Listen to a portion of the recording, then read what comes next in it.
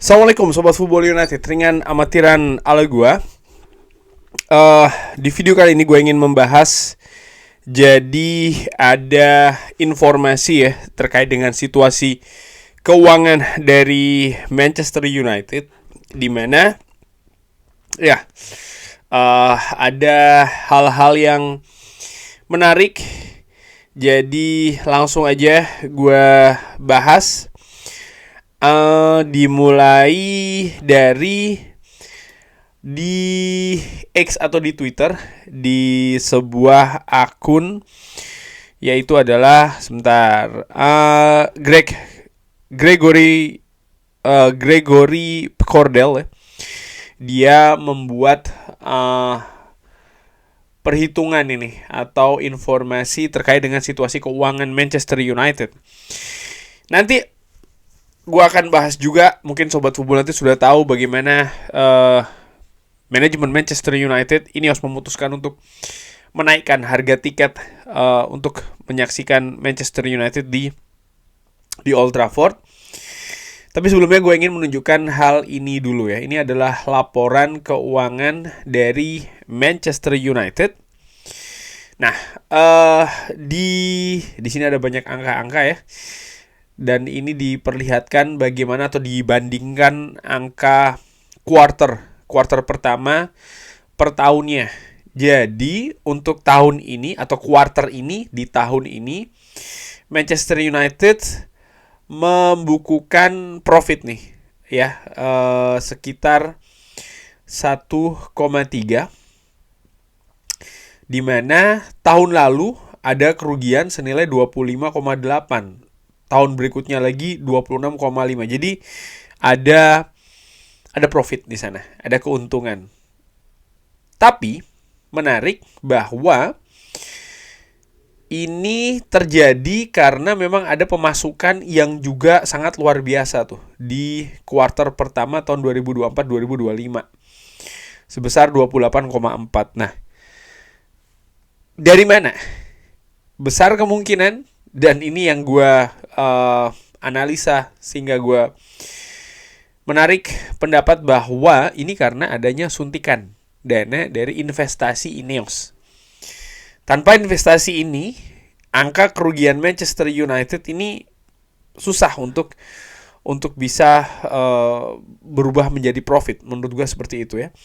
Karena kalau melihat komponen-komponen lain pun juga kurang lebih tidak banyak bergerak nih. Dari sisi pengeluaran ada penambahan sedikit, tapi dari sisi pemasukan ya ada angka yang luar biasa tinggi, dan ini merupakan investasi dari Ineos.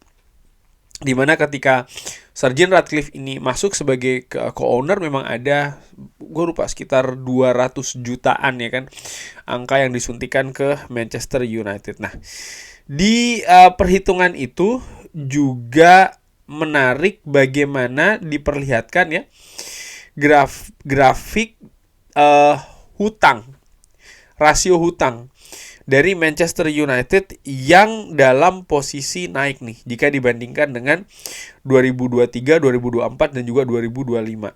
Jadi memang ada kenaikan lagi ini ya di tahun 2025 ini jika dibandingkan dengan 2023, 2024 itu ada kenaikan sedikit, dan 2025 cukup tinggi.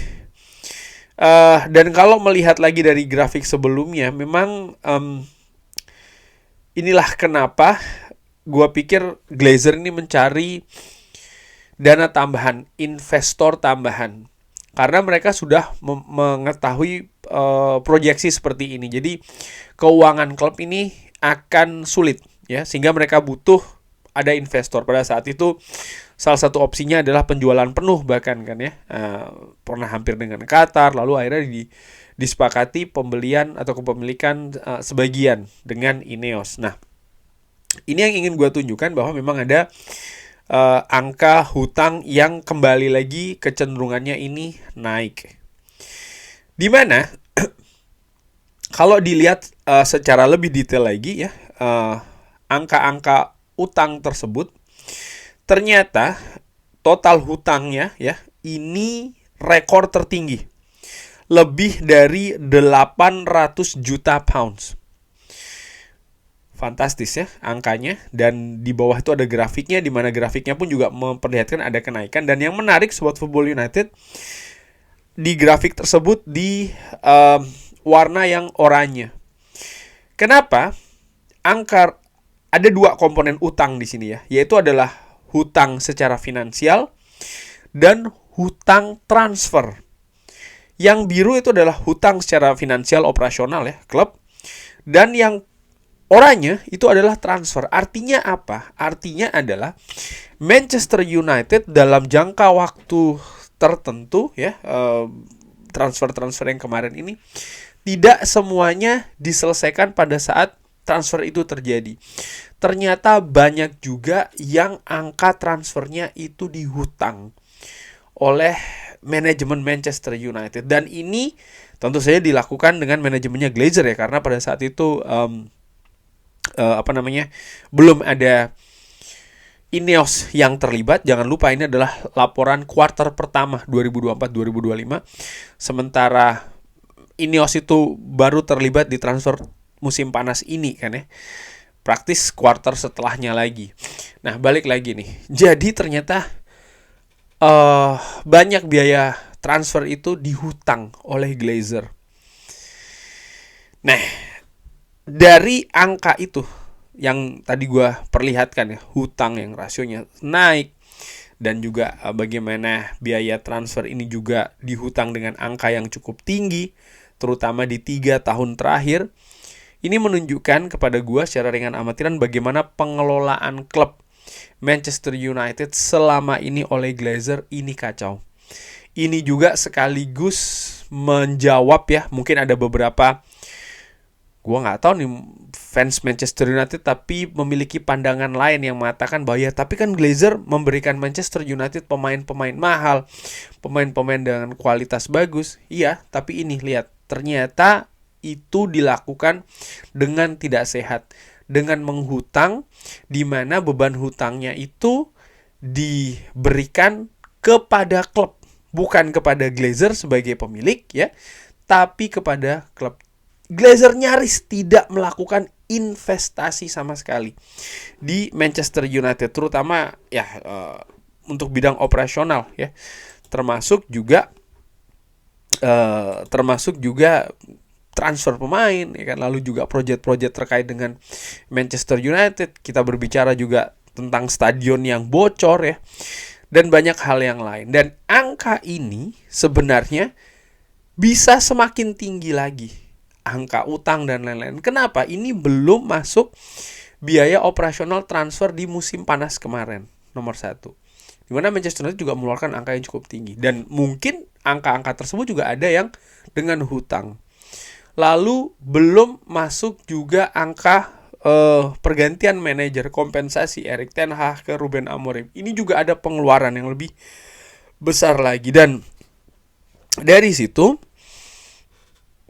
akhirnya keadaan finansial dari Manchester United, kalau menurut gue saat ini tidak dalam situasi yang positif. Dengan perhitungan-perhitungan tadi, terutama ya terkait dengan apa yang terjadi di kuartal pertama, dan mungkin kemungkinan besar juga mereka sudah mengetahui apa yang terjadi di kuartal kedua dan seterusnya.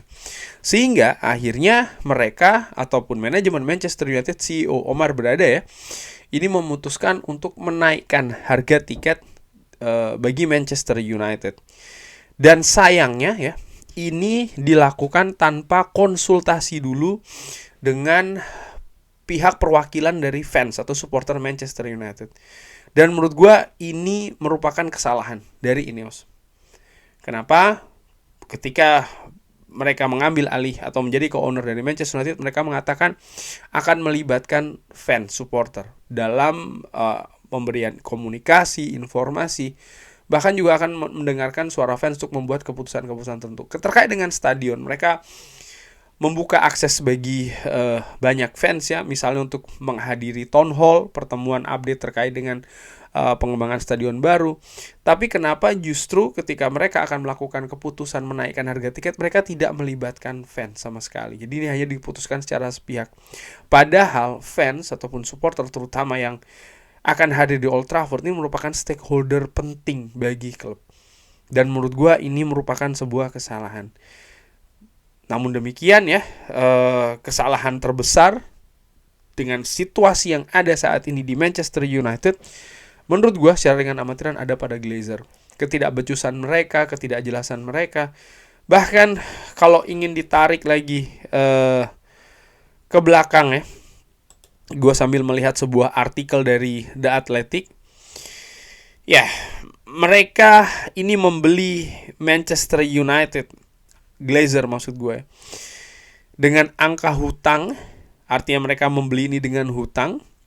Lalu hutang yang mereka beli untuk Manchester United, untuk memiliki Manchester United ini, hutangnya dibebankan ke klub. Dan bagaimana mereka selama bertahun-tahun ya, dengan rutin mengambil dividen, nyaris tanpa adanya investasi balik ke klub, justru mengambil profit klub dan lain-lain, yang menurut gue ini tidak sehat. Dan ini sekarang yang harus dibereskan oleh Ineos. Di mana langkah pertama Ineos dengan menaikkan harga tiket, menurut gue ini bukan langkah yang tepat, apalagi tanpa melibatkan fans. Lalu langkah seperti apa dong yang harus dilakukan? Gue secara ringan amatiran, gue nggak tahu. Dan gue harapkan sebenarnya mereka bisa mencari solusi lain gitu ya. Karena kalau sampai solusinya adalah menaikkan harga tiket, ini adalah solusi yang harusnya diambil yang terakhir. Maksud gue, masa iya tidak ada langkah-langkah lain misalnya.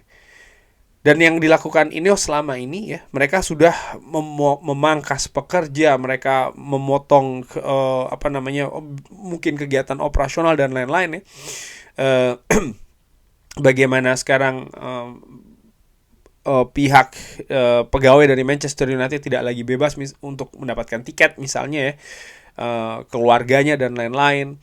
Ada banyak pembatasan, tidak ada situasi perayaan akhir tahun yang biasanya dilakukan, kali ini tidak ada. Penghematan biaya dengan melakukan pemotongan hubungan kerja yang banyak. Sir Alex Ferguson kontraknya juga diselesaikan sebagai brand ambassador klub dan lain-lain. Mereka juga melakukan banyak penghematan. Tapi itu saja ternyata belum cukup.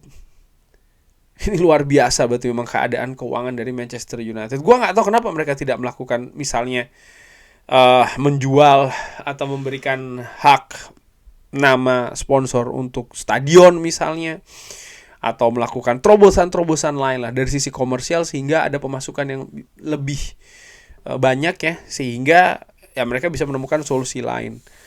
Atau memang sudah separah itu keadaan keuangan di Manchester United sehingga mereka harus mengambil langkah terakhir berupa menaikkan harga tiket.